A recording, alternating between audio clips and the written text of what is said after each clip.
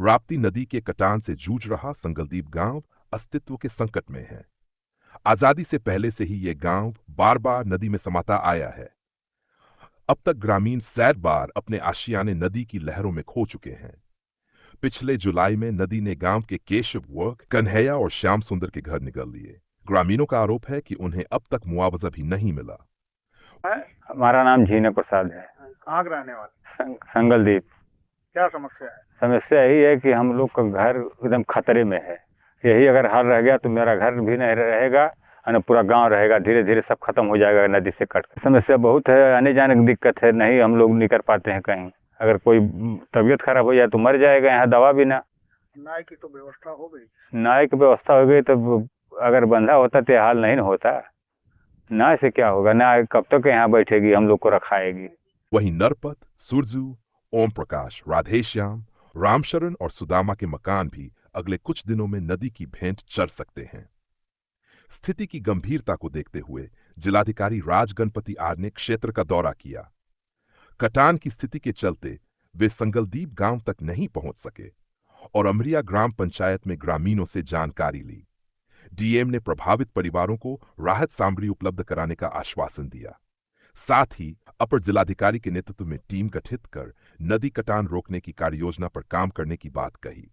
देखिए, जो लगातार जनपद में 2-3 दिन से बारिश हो रही है और संगलदीप ये गांव है जो नौगढ़ तहसील में पड़ती है, इसका चारों तरफ पानी से घेर लिया गया है। इसको देखने के लिए आया हूँ और गांव वाला से भी बात किया और मोटर बोट और नाव का उपलब्ध करा दिया गया है और साथ में रेशन किट को उपलब्ध करने के लिए भी एसडीएम साहब को निर्देशित किया गया।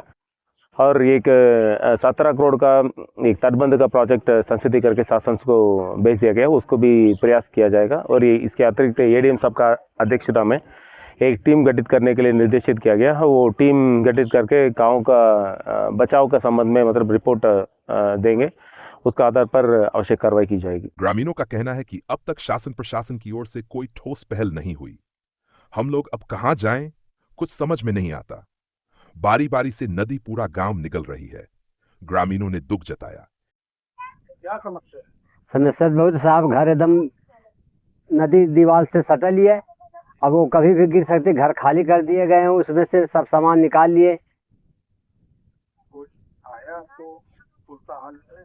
हाँ, लेखपाल आए थे, घर का फोटो खींच के ले गए, हमारा भी नाम नोट करके ले गए हैं। क्या कहें?